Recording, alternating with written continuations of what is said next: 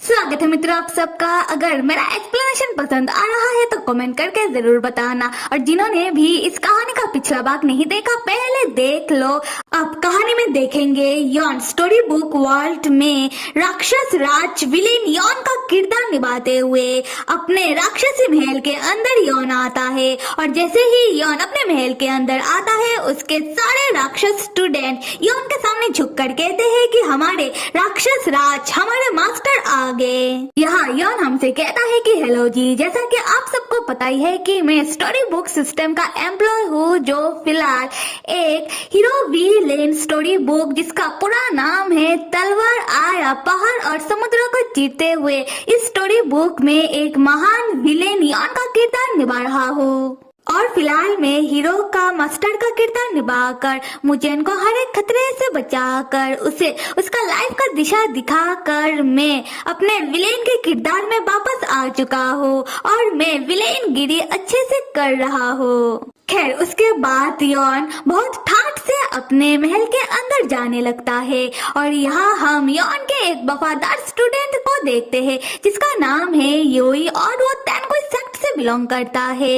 योई तब यॉन के साथ साथ चल रहा था। यॉन योई से पूछता है कि सब कुछ कैसा चल रहा है। योई कहता है कि मास्टर, जो लोग आपका बात मान रहे हैं वो लोग तो ठीक ही है, पर कुछ लॉट बागी बनने में उतर आए, उन्हें संभालना थोड़ा मुश्किल हो रहा है। यॉन कहता है क्यों मुश्किल हो रहा है? अपना ताकत उन लोगों के ऊपर इस्तेमाल करो, संभालो उन्हें, यही तो तुम्हारा काम है। यहाँ हम देखते हैं कि यॉन योई के साथ बात करते करते वो खांसने लगता है। ये देखकर योई बहुत परेशान हो जाता है और यॉन से कहने लगता है कि मास्टर क्या हुआ है आपको? क्या आप बीमार हो, या फिर आपको चोट लगा है, या फिर आप घायल हो? आप मुझे बताइए। यॉन योई को परेशान होता हुआ देखकर सोचने लगता है कि मैं तो बस खांस ही रहा हूँ। हाँ मुझे चोट लगा तो था, पर अब मैं ठीक हूँ, पर तुम इतना शॉकिंग रिएक्शन क्यों दे रहे हो? योई यहाँ यॉन को कोई जवाब ना देता हुआ देखकर यॉन से कहने लगता है कि योई यॉन के लिए कुछ भी कर सकता है, योई यॉन के लिए अपना जान भी दे सकता है, तो सिर्फ यॉन उसका नाम बताए जिसके कारण यॉन को चोट लगा है, योई उस बंदे को मार देगा। यॉन तब योई को एक मुक्का मारकर दीवार में टंगा देता है, जिसके कारण दीवार में क्रैक आ जाता है और बेचारे योई के मुंह से खून निकलने लगता है। यॉन कहता है कि योई तुम कितना बकवास करते हो, तुम सिर्फ अपना काम ठीक से करो और महल में सबसे अपना काम ठीक से करवाओ, और जो लोग भी अपना काम ठीक से कर रहे हैं मैं सोच रहा हूँ कि उन्हें इनाम के तौर पर एक दिन का हॉलिडे प्रोवाइड करूँ। योई कहता है कि हाँ मास्टर आप सही कह रहे हो, पर हमारे पास अभी भी बहुत काम बाकी है। उसके बाद यॉन योई को अपने पास बुलाकर इनर पिल देता है, जो दिखने में रेड कैंडी जैसा है, जो देखकर योई कहता है कि मास्टर ये तो दानव भेड़िए का इनर एल्कामी है। यॉन तब अपने मन में सोचता है कि जब मैं गुफा के अंदर कोमा में था तब मुझे एक छोटा सा भेड़िए का रोने का आवाज सुनाई दे रहा था, और जब मैं जागा तब मुझे अपने पास एक इनर पिल मिला, और जब उस समय मैं वापस आ रहा था तब मैं अपने साथ उसे भी उठाकर अपने महल लेकर आ गया था।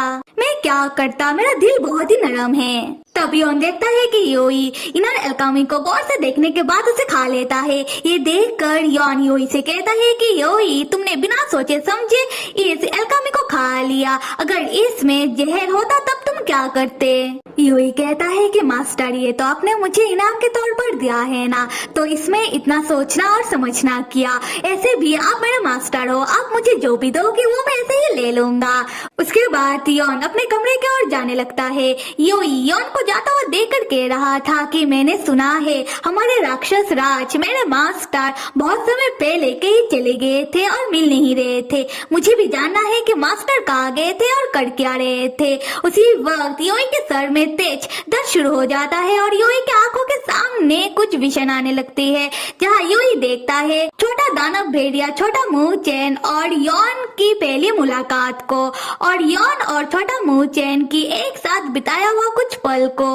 तब हम यॉन के दूसरे वफादार स्टूडेंट से मिलते हैं, जिसका नाम है सू, जो सिनो योइन सेक्ट से है। सू तब योई के पीछे आकर खड़ा होता है और योई से कहने लगता है कि हे योई तुम इधर क्या कर रहे हो? योई तब सू से पूछता है कि सू क्या ऐसा हो सकता है कि हमारे मास्टर का कोई नाजायज बेटा हो?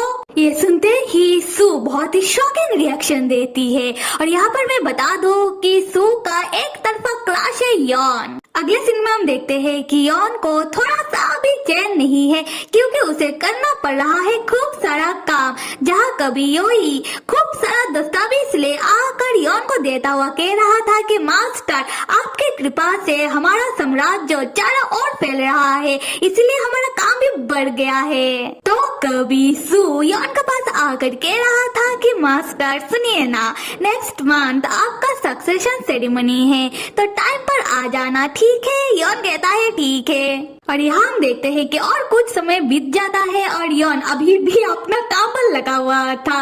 उसके बाद यॉन गुस्सा करते हुए सारी चीजों को इधर उधर फेंक कर कह रहा था कि बस हाँ, मैं मानता हूँ कि मैं मुझे इनके साथ ही अच्छा था, हमारा सब कुछ ठीक चल रहा था। उसके बाद यॉन रोते हुए कहता है कि मैं मुझे इनको बहुत ही मिस कर रहा हूँ, मेरा प्यारा सा छोटा सा आज्ञाकारी मुचेन अब तो बड़ा हो गया होगा, पता नहीं क्या कर रहा होगा। तब स्टोरी बुक सिस्टम एक्टिव होकर यॉन से कहने लगता है कि तुम ऐसा इसलिए कह रहे हो क्योंकि तुम्हें मुचेन के साथ कोई काम नहीं करना पड़ता था। यॉन गुस्सा करते हुए कहता है कि तुम चुप हो जाओ, और मैंने जो तुम्हें अपने लिए एक दूसरा आइडेंटिटी, एक दूसरा बॉडी बनाने के लिए कहा था, क्या तुमने वो किया?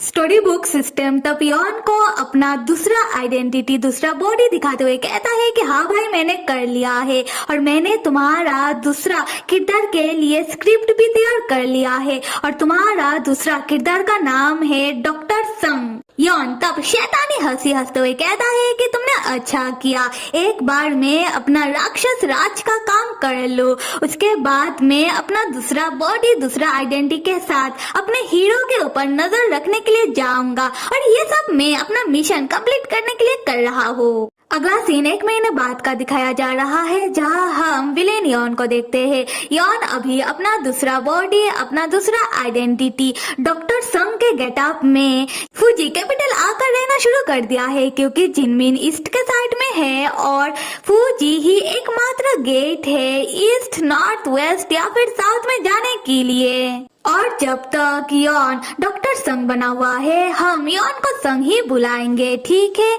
यॉन एक्साइट होकर हमको बता रहा था कि ये फूजी कैपिटल है और स्टोरी बुक तलवार आया पहाड़ और समुद्र को चीरते हुए कि अब किस चैप्टर के अकॉर्डिंग मुचेन बर्फीला पहाड़ मोजिया गांव को छोड़कर वो तलवार सेट को ढूंढने के लिए आज ही फूजी कैपिटल आ जाएगा।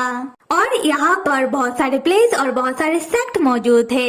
खैर मुचेन यहाँ आते ही उसका फर्स्ट मुलाकात होगा चैनशन सेक्ट से जो तलवार सेक्ट का ही ओरिजिन है। खैर इस प्लेस पर चैनशन सेक्ट के स्टूडेंट और गोस्ट तलवार सेक्ट के मास्टर के बीच एक आपसी लड़ाई चल रहा है। पर मेन मुद्दा तो ये है कि मुचेन यहाँ आने के बाद यहाँ के दानवों के साथ लड़ाई करके उन्हें हरा कर उसे फर्स्ट लेवल को पार करना होगा। उसके बाद एक अच्छे सेक्ट का स्टूडेंट बनना, उसे एक्सेप्ट करना होगा, फिर हीरो अपने लक्ष्य के ओर बढ़ेगा। और मैं अपना किरदार अच्छे से निभाते हुए यहाँ रहकर लोगों के बीच छुप कर कंपटीशन के वक्त जब मुचेन दानवों के साथ लड़ाई करेगा मैं मुचेन के ऊपर नजर रखूंगा, देखूंगा कि मुचेन कितना अच्छे से कर पा रहा है। उसके बाद संग एक हॉल के अंदर आता है जहाँ बहुत सारे लोग पहले से ही मौजूद थे और वो लोग संग को देखकर देखते ही रह जाते हैं और आपस में बात करने लगते हैं। जहाँ कोई कह रहा था कि ऐसा कमी होता है कि डॉक्टर संग ऐसे लोगों के बीच आते हैं, तो कोई कह रहा था कि क्या वो भी तलवार डिस्कशन एग्जाम में हिस्सा लेंगे। संग उन लोगों से कहने लगता है कि साइड हटो, कब तक मुझे घूरोगे और ये सब तुम लोग क्या बातें कर रहे हो। उसी वक्त उस प्लेस में एक लड़का अपने 2 साथियों के साथ आकर सबको ग्रीट करता हुआ कहता है कि हेलो, मैं हूँ चैनशन सेक्ट का मेजर स्टूडेंट और मैंने आप लोगों को यहाँ एक जरूरी कारण से बुलाया है। असल में एक प्रॉब्लम आ गया है जिसके बारे में मुझे आप लोगों को बताना है।